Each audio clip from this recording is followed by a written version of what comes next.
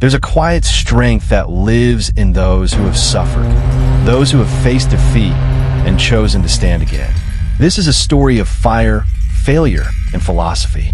A story of one man who refused to give up, not because he was strong, but because he chose to be. Marcus Vail was a rising star in Rome's outer provinces, a decorated soldier, a man respected by his peers, feared by his enemies, and adored by his people. But fame is a flame, beautiful and deadly. At the peak of his power, Marcus was falsely accused of treason by a jealous rival. In one day, he lost everything: his rank, his home, even his family name.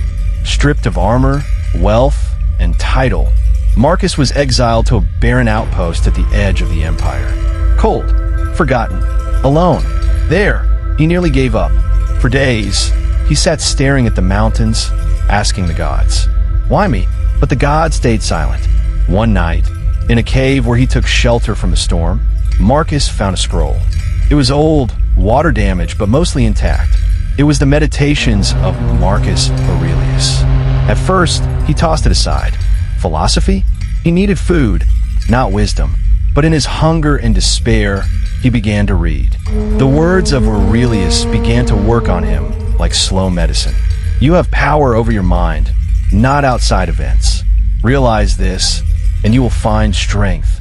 Each day, Marcus read a passage. Each night, he meditated on it. He stopped cursing his fate. He started chopping wood, growing vegetables, and helping the few villagers nearby. They thought he was just a mad hermit. But over time, they began to seek his counsel. He taught them what he learned, that no one controls how the world treats you, but you control how you respond. That suffering is not the enemy, it is the teacher. He began to rebuild not his reputation, but his soul. He learned to ask not why me, but what now? Years passed. Peace came to the province, until a barbarian horde attacked the nearby settlements. The villagers fled, terrified. The local guards were too few and unprepared. Marcus had a choice. He could run. No one would blame him. He owed these people nothing. But philosophy is not something you say. It is something you live. He stepped forward, gathered the remaining men, and began to prepare defenses. He taught them discipline, strategy, courage. Before the battle, he stood before the villagers and said, "The enemy is not outside. It's the voice in your mind that says, 'Give up.' We will not listen to it. We will fight, not because we are guaranteed victory, but because we are free to choose how we meet our fate." The battle was brutal. Marcus fought like a man possessed, not for glory, but for principle. And though he was wounded, they won. The empire took notice. Word spread of the mysterious Stoic who defended the border. Rome called him back. He returned, not as a soldier, but as a philosopher warrior. He declined titles, wealth, and honors. Instead, he opened a school, not of swords, but of souls, teaching that life will break you if you let it, but also that every defeat is a chance to rise stronger, wiser, calmer.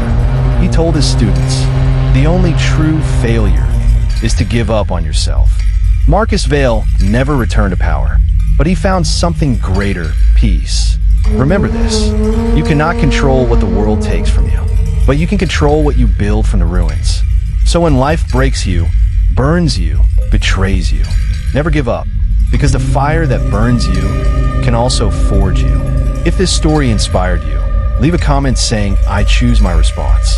And don't forget to subscribe for more Stoic wisdom.